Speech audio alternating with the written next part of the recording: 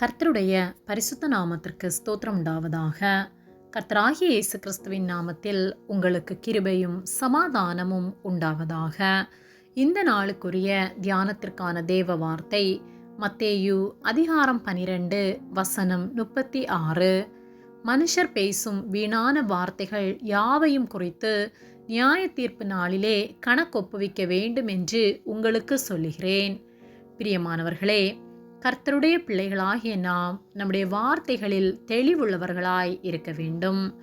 மூடர்கள் வார்த்தைகளில் அலப்புவார்கள், நாமோ கருத்தாய் நிதானித்து தெளிந்த புத்தி உள்ளவர்களாய் பேச வேண்டும். மத்தேயு 12:36 மனுஷர் பேசும் வீணான வார்த்தைகள் யாவையும் குறித்து நியாய தீர்ப்பு நாளிலே கணக்கொப்புவிக்க வேண்டும் என்று உங்களுக்கு சொல்லுகிறேன் என்று சொல்லப்பட்டுள்ளது.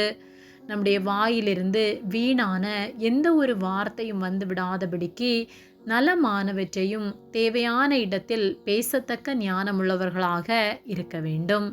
சங்கீதம் 39:2 நான் மௌனமாகி ஊமையனாயிருந்தேன், நலமானதையும் பேசாமல் அமர்ந்திருந்தேன், ஆனாலும் என் துக்கம் அதிகரித்தது என்று சங்கீதக்காரன் சொல்லுகிறார். நாமும் எந்த இடத்தில் என்ன பேச வேண்டுமோ அங்கே தெளிந்த புத்தியோடு பேச வேண்டும். நம்முடைய நாவை நெருப்புக்கு ஓமைப்படுத்தி யாக்கோபு 3:5 சொல்லப்பட்டுள்ளது. ஆகவே என்ன வேண்டுமானாலும் பேசலாம் என்று வீணாக பேசி பாவத்திற்குள் அகப்பட்டு விடாதபடிக்கு ஜாக்கிரதை உள்ளவர்களாக இருக்க வேண்டும். நீதிமொழிகள் 10:19 சொற்களின் மிகுதியில் பாவம் இல்லாமற் போகாது, தன் உதடுகளை அடக்குகிறவனோ புத்திமான் என்று சொல்லப்பட்டுள்ளது. ஆகவே வார்த்தைகளில் மிகவும் தெளிவுள்ளவர்களாய் நாம் இருக்க வேண்டும்.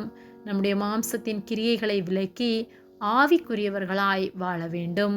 நம்முடைய வாயிலிருந்து புறப்படுகிற வார்த்தைகள் சாந்தத்துக்கு ஏதுவான வார்த்தைகளாக இருக்க வேண்டும்.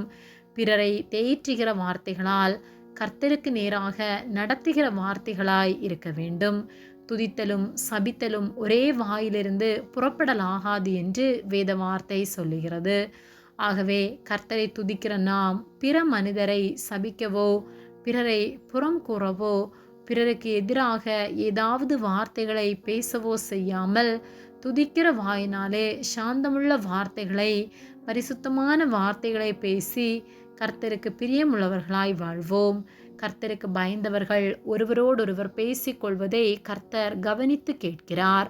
ஆகவே கர்த்தர் கவனித்து கேட்கும்போது நம்முடைய வாயின் வார்த்தைகளினால் நாம் பாவத்தை சம்பாதித்து விடாதபடிக்கு கர்த்தர் கவனித்து கேட்கும்போது அதிநிமித்தமாய் கர்த்தர் மகிமைப்படத்தக்கதாய் நல்ல வார்த்தைகளை பேசி அவருக்கு பிரியமுள்ள வாழ்க்கை வாழ்வோம்.